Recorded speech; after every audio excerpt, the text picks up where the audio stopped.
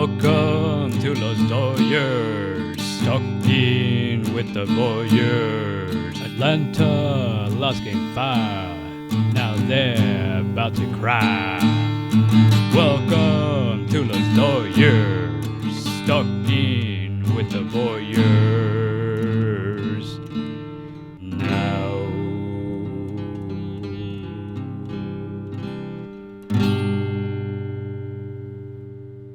On behalf of Los Doyers Talk, we apologize for the delay. It's just been an emotional roller coaster the last few days. Yeah, they were crying. They didn't want to do it because they were too depressed. And then suddenly they got their hopes up. I was depressed at one point, yes. Not depressed. It was going to be a rant, remember? We were going to do a rant. Yeah, a little bit of anger, a little bit of sadness, a little bit of everything there. I have no doubt that we're going to do a rant at some point. Cutting out. Think do it until you're cutting out. It's very interesting. In Atlanta. How do we feel about the lineup? Well, lineup's starting to hit. Finally. I think the biggest concern, in my opinion, has been the starting pitching. Because we have guys like Walker Buehler coming out who are typically like solid in the postseason. Typically always not solid. It's friggin' dominant. Yeah. Okay, fine. Beyond solid. Dominant. Walker Buehler is probably one of the most clutch pitchers in baseball. And then he comes out and has like a really shaky start in game 3, which was really concerning to me. So what are your thoughts on that? I'm not really concerned.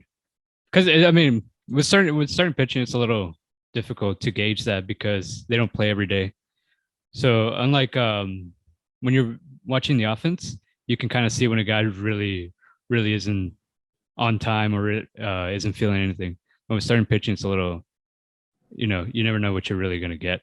I mean, you hope based on what they've done, based on the track record. But I mean, I hope Scherzer and Buehler, but there's also they're going to perform well. There's also factors that we have to consider, like that I don't think some people are really putting much attention to. And that's we're jumping from 60 games to 162 all of a sudden. And then Max Scherzer, Hall of Famer, legend, he's 37 years old and he has a ton of workload on that arm too.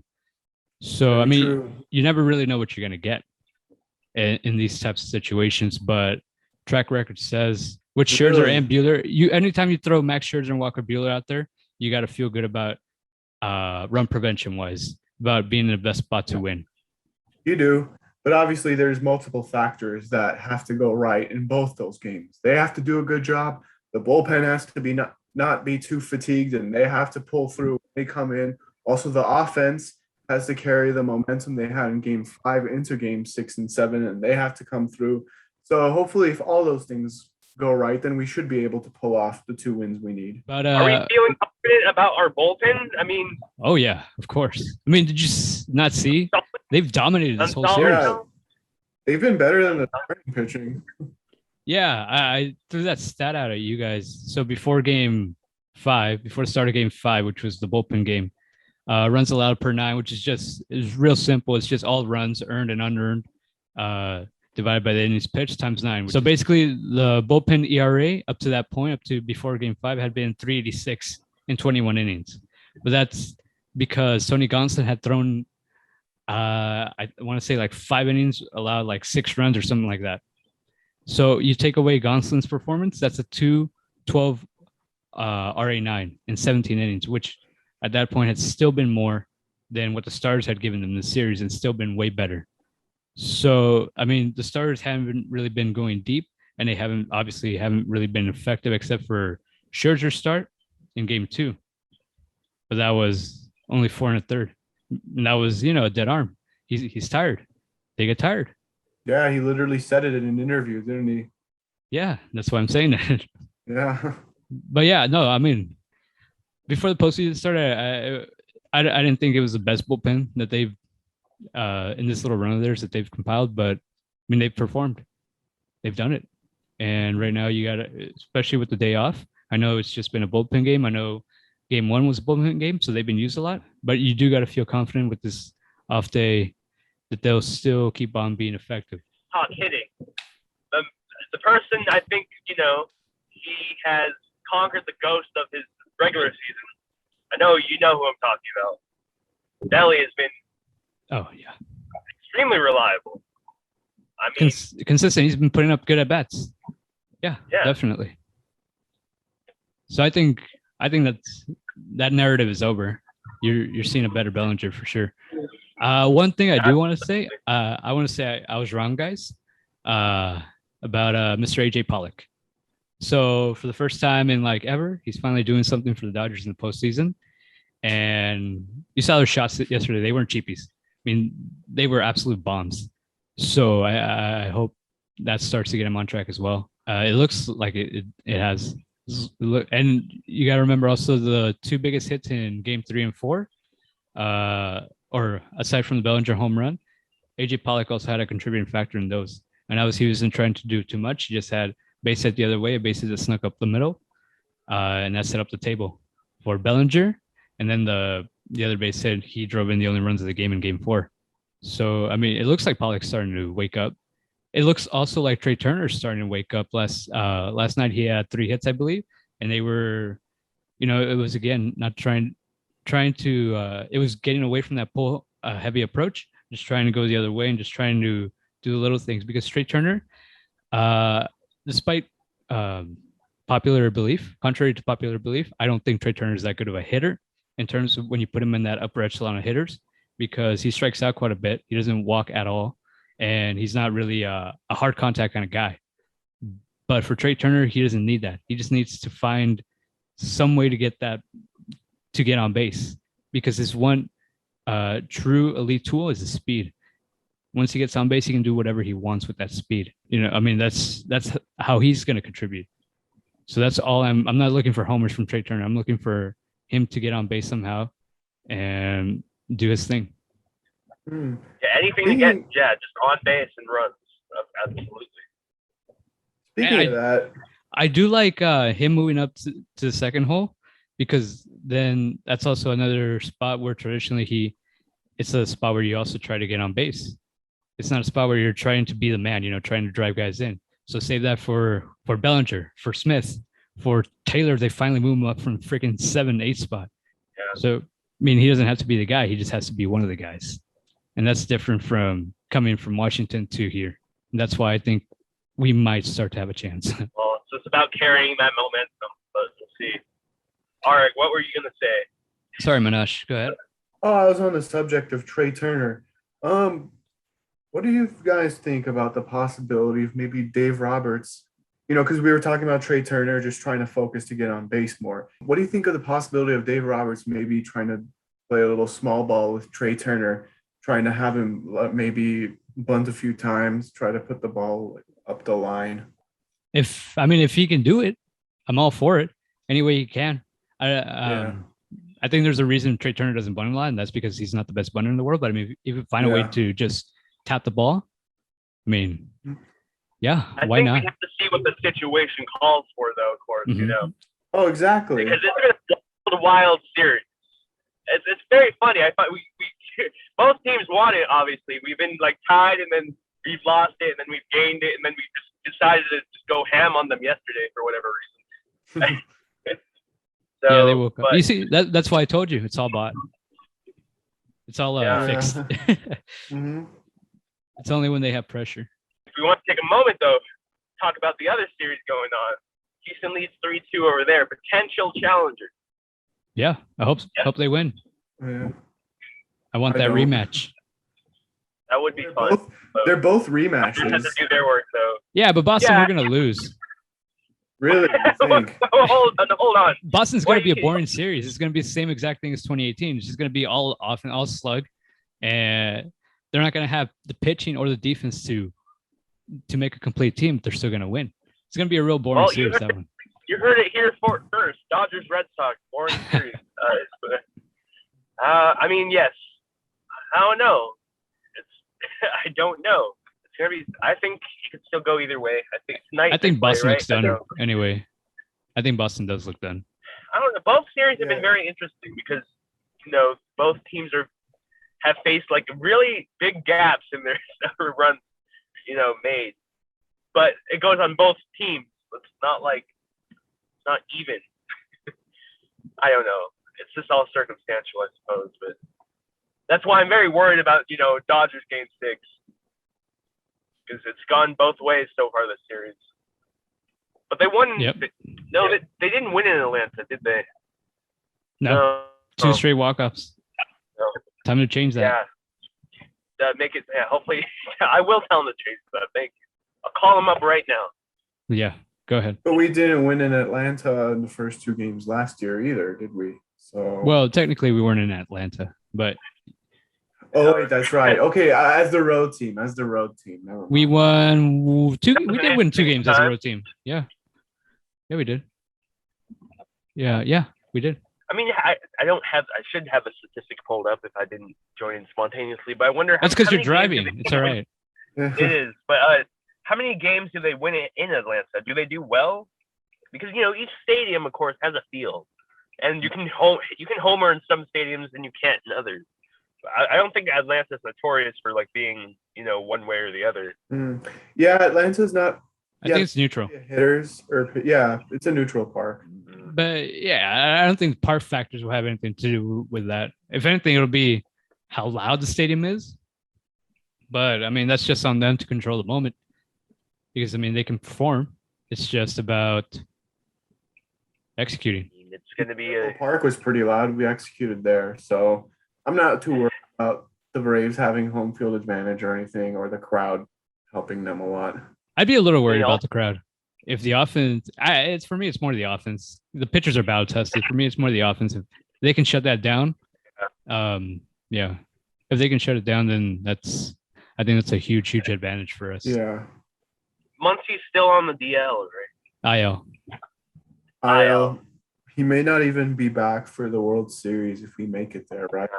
Yeah, and then, some big blows. And then, Justin Turner. Yeah. Well, his has been pretty quiet. I mean, he hasn't delivered, I'd say, so far. And wasn't he injured a couple days ago as well? Yeah, he's done for the postseason, it seems too. But a hitter like him is still useful because a hitter of his caliber, he could start delivering at any moment. We didn't think Bellinger was going to deliver, but then Bellinger made adjustments and he's come back in the postseason. Oh, that's very true. Yeah, I mean, for Turner, it's always even when he's not going, or the results aren't there, it's always consistent at bat. So that postseason, that postseason narrative, I didn't really buy it. A guy like Seager, maybe I'd be a little worrisome because of his aggressive approach. But for Turner, I'd trust him 100%. So I do feel that is a little bit of a blow for us. We rely on statistics to prove a point, but at the same time, it's possible to beat the odds. Very possible. At the same time, I think a lot of us forget context. That too. So, and the context of this is, I don't know. It's got to be pretty close, but this is probably the best team I've ever seen. I mean, 1 through 9 in that batting order and starting rotation bullpen.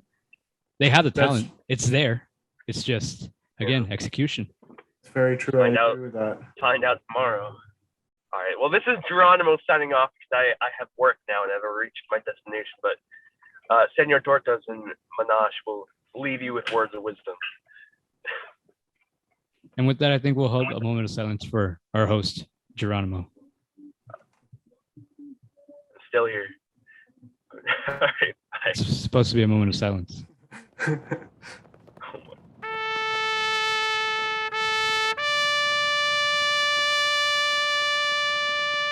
So let's talk about the effects of Game 5, I guess, on the series. I think that'll be a better thing to discuss because of how far we're away from that. So Game 5 was again another bullpen game, technically. True. Yeah. It started Knebel, Brusdar, then Julio, then Treinen, I want to say, and then Kenley, and then Scherzer. So, I mean, Game 5 was an epic matchup, but it did take a toll on us, on our staff. And I think Roberts was saying before the game started, he wanted to stay as Max Scherzer as possible, away from Max Scherzer if possible. And if he had to come in, it would come at a cost. And we're seeing that this series, as we mentioned, the dead arm. It's such a funny phrase. But I mean, starting pitching this series hasn't been what we're used to seeing. And that's going to have to change, obviously, if we're going to have a shot. Because, I mean, run prevention, they figured it out. Front office, especially coming from a 60-game season to 162 just like that, and to not only stay in contention but win 106 games and arguably be the best team in baseball if you look past win-loss record. And that has to do a lot with run prevention, because offense was always there, but it was always inconsistent. So you got some stats it's imbalanced. Some stats are skewed because of the inconsistency. But throughout April through September, pitching was always consistent. Pitching was always rock solid, if not more. So, I mean, they've solved that for the aggregate. Now it's just about these two little games. Yeah, I do agree with that. Run prevention has definitely been a key in our season so far. However, though, I'm actually optimistic for these last two games because Scherzer is actually coming in on 5 days rest, if I'm correct. Right. So he should be good to go, hopefully. Buehler is also on he's going to be on regular rest too. Regular rest, yeah. So yeah, game 6 and 7 should be good, depending on based on the fact that they're on full rest. But I also wanted to mention, I believe this is a pivotal point in the series that should be brought up. Dave Roberts' decision to bring Julio in game 2. And yeah.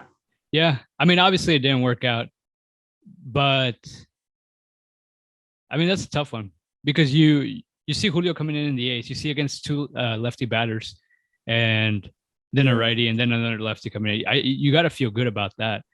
Especially the way he was pitching up to that point. But I think we do sometimes ignore that human factor that, hey, these guys get tired. And so that is the first instance we saw that of one of our pitchers actually getting tired like that. And unfortunately, it was at a very, very poor time to see that. So, I mean, I guess if they hadn't just gone through that 5-game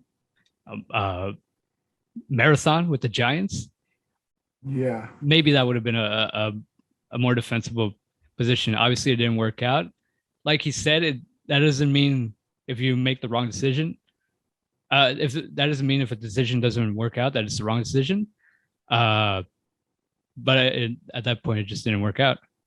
And that's also, again, how we were saying the contributing factors from the previous series. Scherzer coming in to have to save game 5. And you can't tell me that game plan, how they use their pitchers, you can't tell me that there was some other way that they're going to win because we don't know that. The fact of the matter is that's how they won. And we have to live with that with game 5. So Scherzer came in game 5. Then 2 days later, he has to come in and start. And by the 5th inning, he was out. And so Dave Roberts had to scramble his bullpen and use guys in positions that he probably wouldn't have. If Scherzer would have lasted another inning, maybe we don't see Urías in that game. And we'd be up 3-2. Going into Atlanta. Yeah. So I think that's just not he made that decision and let's criticize him for that. I think we have to really take it all in. Really that's see that. True. Yeah, consider all angles. My personal issue is I think the Scherzer situation is a little different because it's a game 5. It's critical. You're desperate. You have to. It's a must win. You have to just put your best out there. But the thing with the Julio situation is it's an early game in the series. It's critical, don't get me wrong, but not quite as critical as like an elimination game or a game 5. And you have to take into account that he's, starting in 2 days. So I do think in that situation, it would have been better to just stick with the formula more.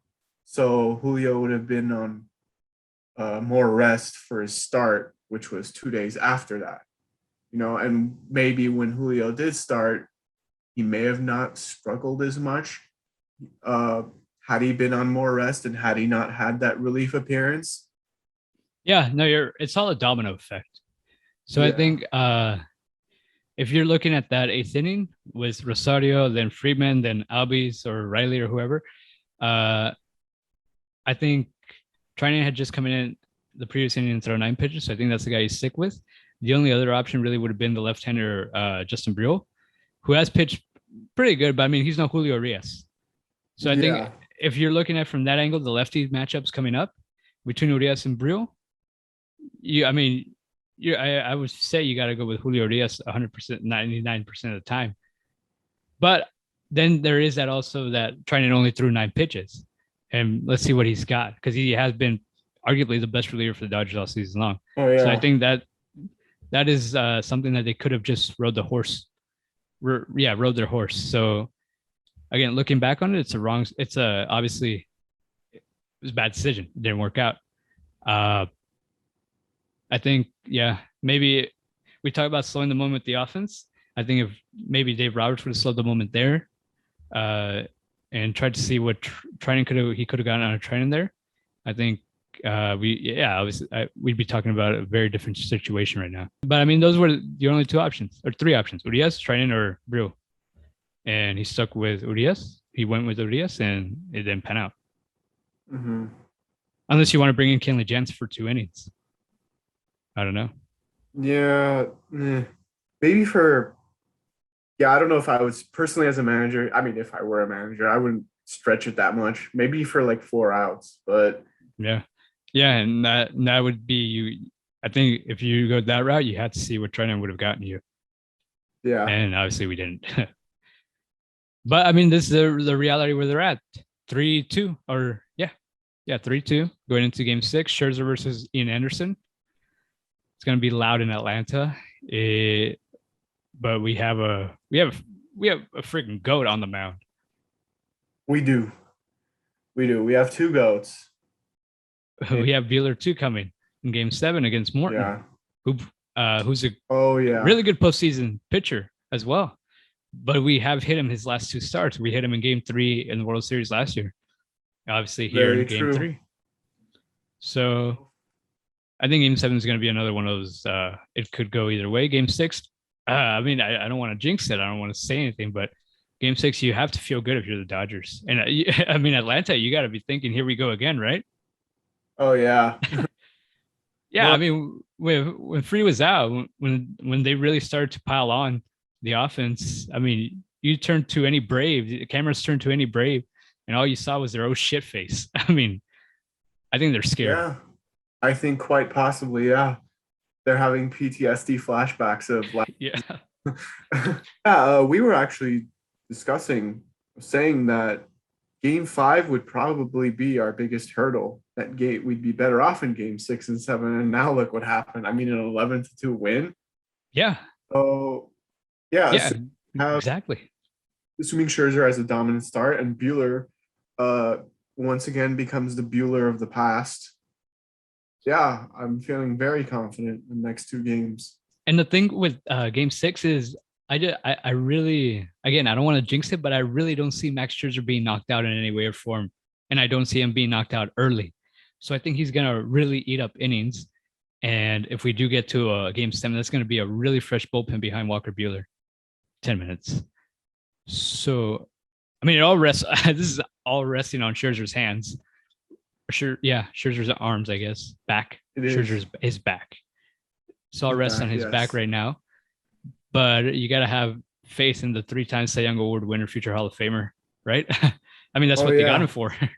For sure. But now, if only that offense doesn't go cold once again. Oh, yeah. We need run support. It's just that's been the theme all year. It's been so inconsistent. And they go cold at the wrong times. Yeah. Since Julio's not going to start another game in this series, maybe he could come in relief. Because that's also another option. When did he pitch? Game 4, right? Game 4. Yeah. And exactly. when he's on the mound, we seem to score runs usually. So let's bring up something interesting.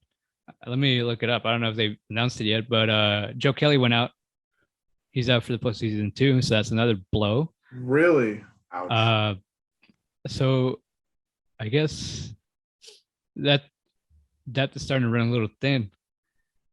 So I don't know. Maybe David Price gets the nod, just because the only people really I see replacing Kelly are Price or maybe Andre Jackson. But I think they go with Kelly Price because of the experience. Yeah, definitely the experience. I think all around Price is definitely a more reliable choice. And he has another lefty option too. You can utilize against Freeman, Rosario, Peterson.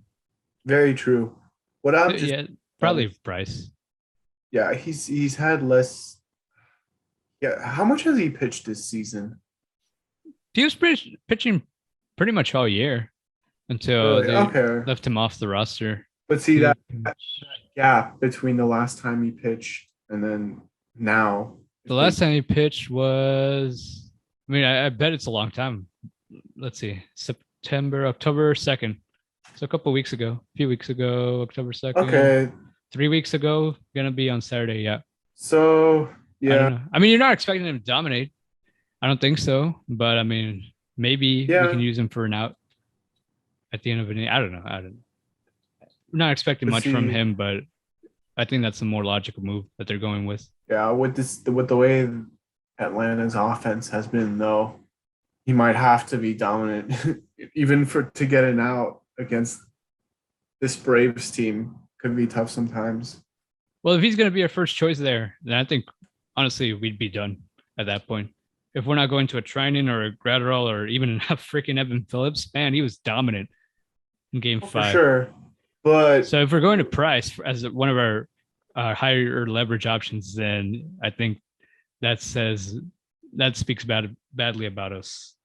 That's true. Where we'd be at that point in the series. That's the thing. We have to consider all bad scenarios. You know, what if Scherzer or Buehler, for whatever reason, don't go deep, and then the bullpen gets used and it's late in the game and Trinan, Jansen, etc., they're all used up and we have to resort to Price. Yeah. I mean, it just might be that scenario. Oh, because starting pitching and this whole postseason in general has honestly not been up to par. So who knows? What would your lineup be? Same exact one as Game 5. Really? Even with the righty on the mat, I'd start Pujols. Yeah, because I don't know if you do much at the plate, but I'm conceding first base defensively. Going back to the battery, I want Cody Bellinger in center field. 100%. Oh yeah, he has to be there. See, now it's not even a contest because before we were discussing, you know, start Bellinger or don't start him because of his bat. But yeah, at this point, Bellinger's kind of returned to his form in the past. So well, it's not even the bat. It's just he's just his best defensive option out there. And right now, I think with Lux, unfortunately, I mean, he's been a trooper. Learning the outfield on the fly in like 2 months. I mean, that's amazing, especially center field, the second most difficult position on the diamond. I mean, hats off to him, but I think right now it's just a mental struggle with him. So, 100%, you need your best defensive outfield, and that includes Cody Bellinger in center field. I'd definitely agree with that. Also, I think I'd agree with your choice earlier. You discussed this earlier, but batting Trea Turner second. He performed. He performed out of that spot right now. So why mess with a good thing, even if it was just for one game? Well, before Game 5, I was saying just either get him out of the starting lineup or just move him down. Just move him 7th, 8th, because clearly he's not seeing the ball well. He's not changing his approach, but he also proved me wrong. And he got 3 hits because he did change his approach. He wasn't trying to be the guy. He was just trying to just be Trea Turner. And let me see if I can pull up the box score. He went 3 for 4. He had a run scored, a run batted in, and he was also hit by a pitch. So he got on base. So yeah, why not?